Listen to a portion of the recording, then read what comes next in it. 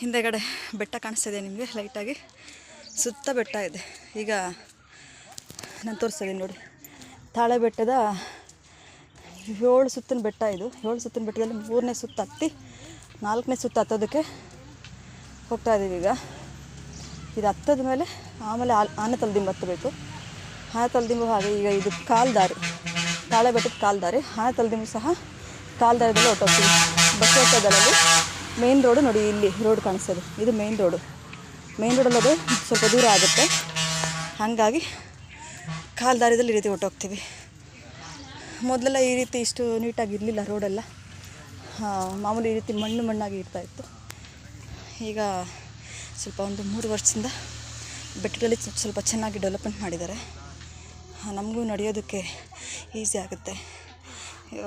ಕೆಲವೊಬ್ಬರು ಯುಗಾದಿ ಪರಸೆ ಮತ್ತು ಶಿವರಾತ್ರಿ ಹಾಗೆ ಅಂತೇನಿಲ್ಲ, ನಾರ್ಮಲಾಗಿ ಸಹ ಈಗ ಬ್ಯಾಚ್ ಮಾಡಿಕೊಂಡು 5 ಜನ 10 ಜನ ಆ ರೀತಿ ಬ್ಯಾಚ್ ಮಾಡ್ಕೊಂಡು ನಡೆಯೋರು ಸಹ ಇರ್ತಾರೆ.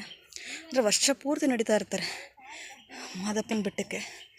ಹಾಗಾಗಿ ಭಕ್ತಾದಿಗಳಿಗೆ ತೊಂದರೆ ಆಗಬಾರ್ದು ಅನ್ನೋ ಕಾರಣಕ್ಕೆ ಈ ರೀತಿ ದಾರಿನ ತುಂಬ ನೀಟಾಗಿ ಮಾಡಿಟ್ಟಿದ್ದಾರೆ.